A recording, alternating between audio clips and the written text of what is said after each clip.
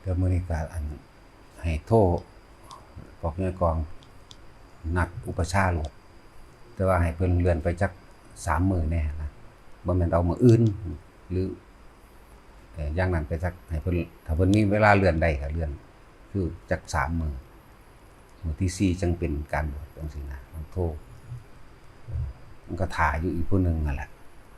แล้วก็บอกเพิ่นได้ว่าบวช5 6 7กับผู้ที่อยู่วัดทิพย์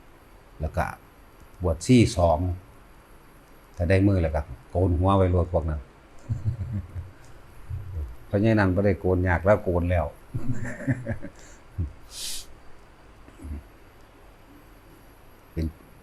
เป็น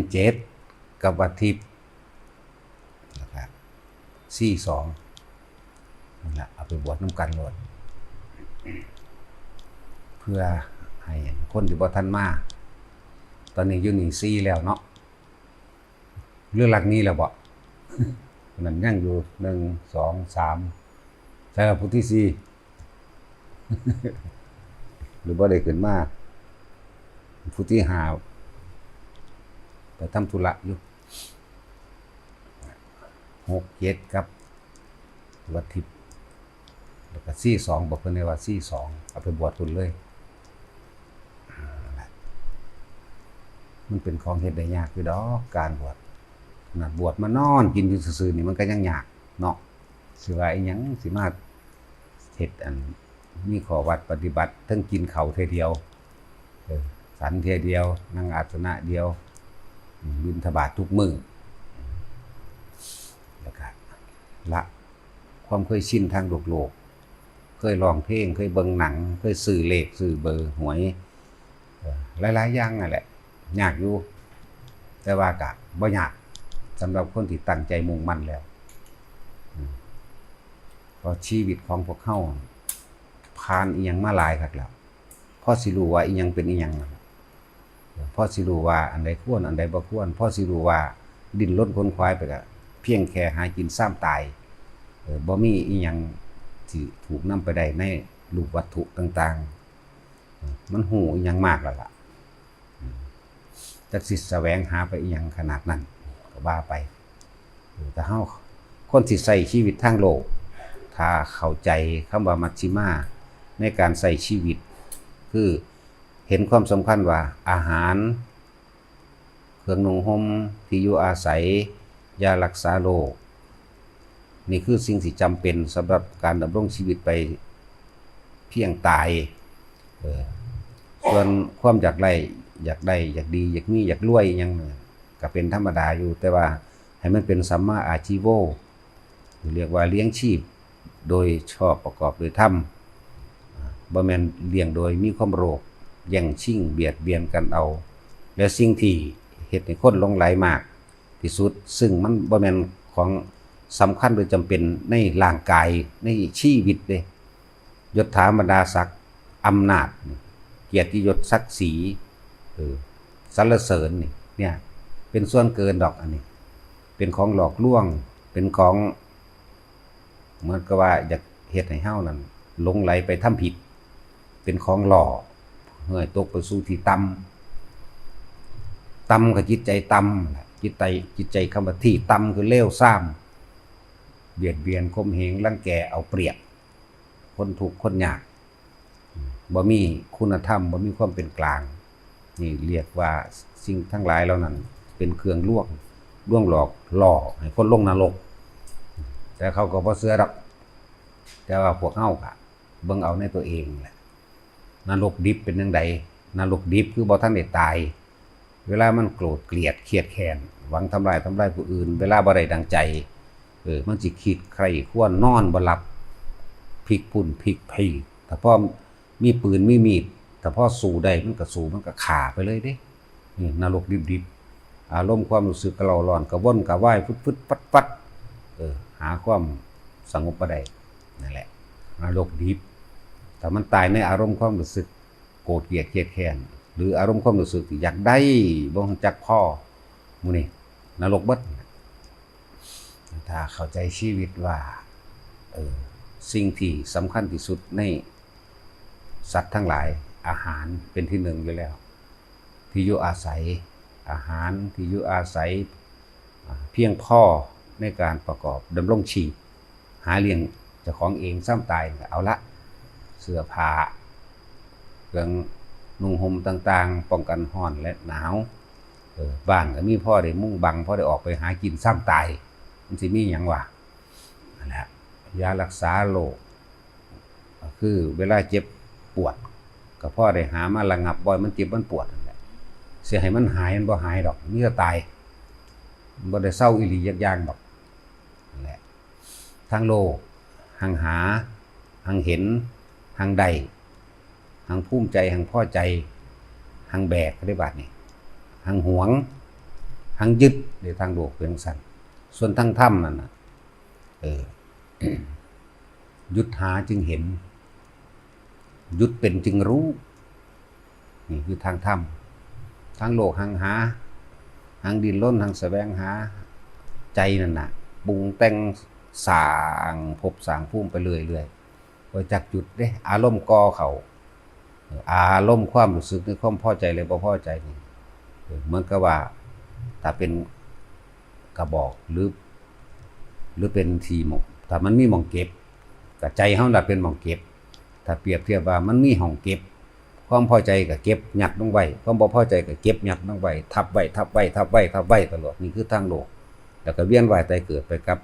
สิ่งที่เจ้าของอยากได้อยากเป็นนั่นแหละส่วนทางธรรมนี่คือหยุดหาจึงเห็นหยุดเป็นจึงรู้เด้อทางธรรมยิ่งหาก็ยิ่งห่างหยังห่างความสบายใจห่างความปล่อยว่างห่างจากพระนิพพานนั่นแหละยิ่งหาก็ยิ่งห่างหยุดหาจึงเห็นหยุดเป็นจึงรู้หยุดเฮาต้องมีเครื่องหยุดเฮาต้องมีเครื่องอยู่พอเครื่องอยู่ของใจเครื่องอยู่แห่งความรู้สึกของอยู่ของความคิดของเฮาเองนั่นแหละลมหายใจเข้าออกอยู่ในความรู้สึกแห่งกายของเจ้าของเองเมื่อมีลมหายใจเข้าออกประคองไว้ดีแล้วก็รู้สึกนิ่มนวลเกิดขึ้นอาการปิตินั่นแหละมันก็สงบแล้วเป็นสุขอย่างยิ่งแล้วแต่เมื่อไหร่ที่เราคิดออกหาเพื่อจะให้ได้มาหรือเพื่อจะให้เกิดสำเร็จหรือเพื่อจะเป็นอันนั้นอันนี้นั่นแหละยิ่งหาก็ยิ่งห่างมันคือทางโลกเขาเด้นั่นแหละทางโลกหาเท่าไรก็บ่มีเมืองพ่อหรอกส่วนทางธรรมนั่นยิ่งหาก็ยิ่งห่างเด้อเหมือนกับเฮาว่าวิธีนั้นดีกว่าวิธีนี้ดีกว่าไปอยู่แบบนั้นไปอยู่แบบนี้ดีกว่านั่นมันห่างๆเด้จักว่าห่างจากความว่างห่างจากความสงบห่างจากพระนิพพานนั่นแหละนั่นแหละจึงบอกว่ายิ่งหาก็ยิ่งห่างเด้อทางธรรมนั่นเพราะเราต้องการความสงบที่ปราศจากเครื่องเร้าร้อนและกังวลถ้าเฮาหาเฮาก็เร้าร้อนเฮาก็กังวลเฮาก็ต้องเดินทางไปพุ่นเดินทางไปพี่ไปอยู่เมืองใดก็บ่ดีดอกถ้าว่ามันหาอยู่เรื่อยอยู่กุฏิผู้เดียวก็กระวนกระวายอยู่ในหมู่ก็กระวนกระวายอยู่ในถ้ำในผาในป่าใหม่ในภูเขากระวนกระวายคือเก่าเพราะวันหาแต่ว่าห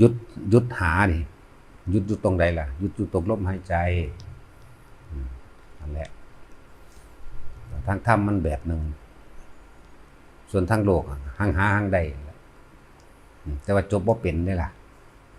ทุกคนเกิดผ่านชีวิตมามากแล้วสมควรที่เข้าใจว่าอะไรเป็นอะไรได้แล้วการหาก็แค่ว่าเลี้ยงชีพไปซ้ำตายถ้าใช้ชีวิตทางโลกเป็นโดยมัชฌิมาโดยใช้ชีวิตเป็นกลางๆบ่ได้สุดโต่งที่ทำมาหากินอยู่นั่นก็แค่ว่าเลี้ยงชีพเลี้ยงกายไปซ้ำตายบ่ไปเบียดเบียนทำลายผู้ใดมันก็อยู่สบายแต่จิตใจก็ยังมีความอยากรวยอยากสบายอยู่ดอกก็มีอยู่เป็นธรรมดาเป็นเรื่องของโลกขนาดว่าเรื่องธรรมดาของโลกใส่ชีวิตเป็นกลางๆพอเพียงพระเจ้าแผ่นดินเฮาเพิ่นว่าพอเพียงนี่ว่าใส่ชีวิตเป็นกลางๆหรือมัชฌิมาทางพุทธเจ้าว่านั่นแหละแต่ก็พ่อบ่เป็นคือกันแต่ทางโลกเพราะมันยังมีอยู่ ส่วนทางธรรมนั่นน่ะยิ่งหาก็ยิ่งห่างจากความว่างจากความสงบฟังดีๆก็ยิ่งหายิ่งห่างจากความว่างจากความสงบยิ่งหายิ่งห่างยิ่งไม่เห็นพระนิพพานหยุดหาจึงเห็นหยุดเป็นจึงรู้นี่แหละหยุดเป็นจังรู้หรอกบอกนี่ว่าทุกคนนั่นนะหยุดอยู่กับที่ซะยังหยุดยังหยุดความคิดให้มันอยู่กับที่ซะหยุดอยู่เฉพาะลมหายใจทำความรู้สึกอยู่ในกายเฮ็ดแค่นี้หังมันยังเห็นมันเองดอกแต่ว่าถ้ายังคิดสิแสวงหาออกนอกกายออกนอกลมหายใจแต่ว่ากายหรือว่าเข้าใจอีกถ้าเฮาคิดออกจากลมหายใจเข้าออกจากความรู้สึกที่ลมหายใจเย็นเข้าเย็นออกยิ่งห่างถ้าเฮาคิดออกเฮาจะไปหาหม้องอื่นแหละ เพิ่นบอกว่าสติปัฏฐาน4จำต้องอธิบายทุกคนเข้าใจสติผู้ใดก็เว้าได้อันนี้เน้นย้ำเข้าไปเลยสติคือความรู้สึกลมเย็นเข้าอยู่ในหูดังโพรงจมูกหูดังเย็นเข้าเย็นออกเย็นเข้าเย็นออกเฮ็ดอยู่แค่ในโพรงมันแหมตีกรอบไว้ในโพรงมันแหมนั่นแหละเฮ็ดอยู่แค่นี้ความรู้สึกในกายก็เดี๋ยวก็โยกเดี๋ยวก็สั่นเดี๋ยวก็ส่ายเดี๋ยวก็นิ่มๆนุ่งๆแต่ว่าเฮาจับมาตั้งไว้อันเดียวเรียกว่าจับจุดอุณาโลมนั่นแหละลมหายใจกับอุณาโลมเกิดไปพร้อมกันบางทีลมหายใจก็หายไปอุณาโลมก็เกิดขึ้นอยู่กับแค่นี้แหละมันนั่งเห็นของมันดอกเห็นความคิดนั่นแหละมันสิไปแสวงหาหม้องใดนะมันสิสอนตัวของเองดอกมันเห็นหยังอีกล่ะเห็นความบ่จีรังยั่งยืนของทุกชีวิตสรรพสัตว์เห็นความบ่เที่ยงแท้แน่นอนของกายตัวเองตะกี้กูเป็นเด็กน้อยบัดนี้กูอายุเท่านี้บัดนี้แขวตะกี้เคยมีบัดนี้แขวก็โลนเบิดแล้วเดี๋ยวนี้ผมก็ร่วงเบิดแล้วหนังก็เหี่ยวก็ย่นก็เฒ่าตาก็ฟ้างหูก็บ่ได้ยินลุกก็ยากไปก็ยากกินหยังก็บ่แซ่บคือเก่านี่อนิจจังนั่นแหละอนิจจังอนัตตาก็อยู่นำกันนั่นแหละเกิดดับหรืออนิจจังอนัตตาอยู่นำกันถ้าเฮาก็ไปยึดอยากให้มันเป็นแบบนั้นแบบนี้อยากให้มันเที่ยงอยากให้มันจีรังเฮาก็ทุกข์นั่นเองแต่จึงบอกว่าทุกคนบ่ต้องไปคิดหาอย่างอื่นคิดถึงลมหายใจเข้าออกทำความรู้สึกอยู่กับลมเข้าเย็นๆในโพรงจมูกเฮาเองนี่แหละเย็นเข้าเย็นออกเดี๋ยวก็นิ่มๆน่วงๆกลางหัวบ้างกลางหน้าผากมั่งขนลุกขนพองสกยองก้าวตัวตนโยกสั่นทรายมั่งนั่นแหละก็อยู่แค่กับความรู้สึกนี่อย่าไปใส่สื่อมันอย่าไปหาผลร้ายและดีกับมันแค่รู้นั่นแหละก็